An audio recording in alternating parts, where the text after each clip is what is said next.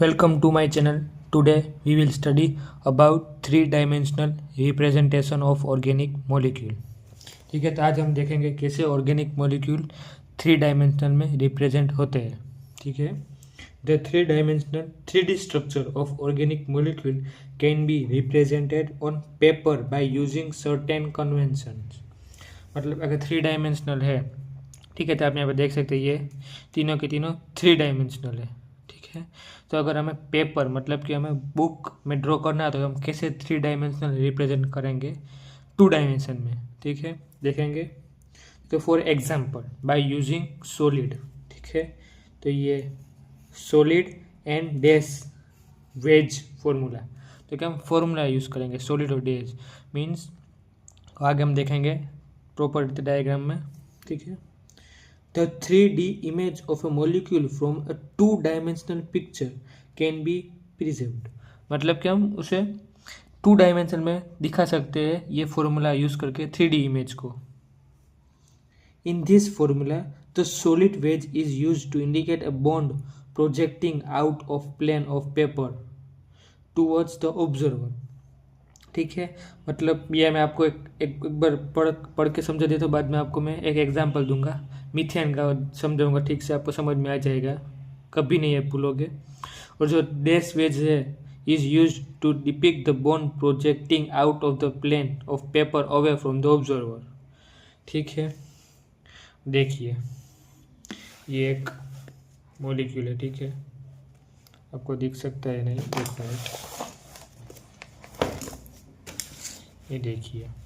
ठीक है, अब ये देखिए आप, जो ये है ये कार्बन एटम है. ठीक है, ये चारों के चारों हाइड्रोजन है. तो अगर आप समझिए ये एक प्लेन है. ठीक है, ये एक प्लेन है पूरा. तो ये प्लेन के पीछे है येलो पार्ट और ये ब्लैक पार्ट है वो प्लेन के आगे है. ठीक है, तो जो आगे का है हम वो टू डायमेंशनल पेपर में कैसे, तो कि वो हम सॉलिड लाइन से रिप्रेजेंट करेंगे, सॉलिड वेज से रिप्रेजेंट करेंगे. मतलब वो क्या होगा, बॉन्ड टूवर्ड्स ऑब्जर्वर, मतलब आपकी तरफ, वो प्लेन के आगे होगा. ठीक है, ये प्लेन के आगे है. और ये जो येलो पार्ट है, ठीक है, येलो हाइड्रोजन, वो क्या है, तो कि वो प्लेन के पीछे, मतलब कि अवे फ्रॉम द ऑब्जर्वर है.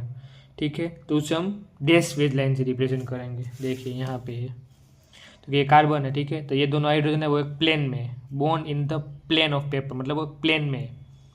तो ये जो हाइड्रोजन है ये ब्लैक हमने आगे देखा. ठीक है, ये जो ब्लैक है तो ये सॉलिड वेज लाइन रिप्रेजेंट कर रहा है. ठीक है, वो मतलब प्लेन से आगे, मतलब ऑब्जर्वर के तरफ होगा. और ये डैश है वो क्या रिप्रेजेंट करेगा, तो कि वो ये येलो है, येलो पार्ट है वो रिप्रेजेंट करेगा, मतलब वो प्लेन के पीछे, मतलब ऑब्जर्वर के अवे. ठीक है, तो आपको कोई भी स्ट्रक्चर आपको बताने को, रिप्रेजेंट करने को बोले तो आपको याद रखना है जो डैश वेज लाइन है वो प्लेन के पीछे होगी और जो सॉलिड वेज लाइन है वो डैश के आगे होगी. ठीक है, अगर मैं आपको बोलूँ तो ये एक एग्जांपल के लिए ये लिया है. ठीक है, साइक्लोब्यूटेन लिया है मतलब. अगर ये देखिए यहाँ पे लिया CH3, यहाँ पे ये लिया CH3. अगर इसे हमें रिप्रेजेंट करना हो, ठीक है, बॉन्ड के रूप में, ये तो आपको पता चल गया ये कौन सी है, तो कि ये डैश वेज है, मतलब कि ये पीछे होगा. और ये सॉलिड वेज है, मतलब कि प्लेन के आगे होगा. तो हम इसे ऐसे भी रिप्रेजेंट कर सकते हैं. कैसे, तो कि ये आगे है, मतलब ये पीछे है.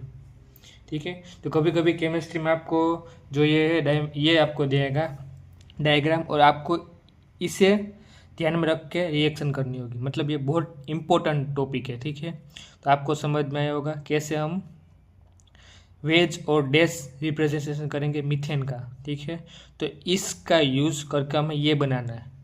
ठीक है, तो ये क्या रिप्रेजेंट करेगा कि ये जो है मीथेन वो कहाँ पर है, तो कि वो पीछे है, प्लेन के पीछे हो. ये मीथेन है वो प्लेन के आगे है. ठीक है, तो अब हम यहाँ पे देखेंगे तो क्या मॉलिक्यूल मॉडल्स, तो कि कितने प्रकार के मॉडल्स होते हैं. तो 3 प्रकार के बेसिकल मॉडल होता है. एक होता है फ्रेमवर्क मॉडल, तो आपको दिखता है कि वो यहाँ पे स्टिक यूज़ की जाती है. ठीक है, अलग अलग कलर की स्टिक, वो उसे फ्रेमवर्क मॉडल कहते हैं. दूसरी होती है बॉल एंड स्टिक मॉडल. ये आपको दिखाई दे रहा है, ये कार्बन है, ये छोटे छोटे बॉल्स है वो हाइड्रोजन है. बेसिकली केमिस्ट्री में ज़्यादातर ये डायग्राम, ये मॉडल यूज़ किया जाता है क्योंकि ये इजी होता है समझने के लिए। और तीसरा है स्पेस फीलिंग मॉडल। ठीक है, ये स्पेस फीलिंग मॉडल है, ये जैसे कि आपको पता है हमारे प्लैनेट से अर्थ वो तो सब, तो उस तरीके से उसको रिलेट करके ये बोला जा सकता है इसे स्पेस फीलिंग मॉडल। ज़्यादातर ball and stick model he use करते हैं। ठीक है, तो ये बहुत ही इंपॉर्टेंट टॉपिक था, 3 dimensional representation of organic molecule. अगर आपको ये वीडियो अच्छा लगा तो please like share and subscribe कीजिएगा आर केमिस्ट्री को। Thank you for watching this video.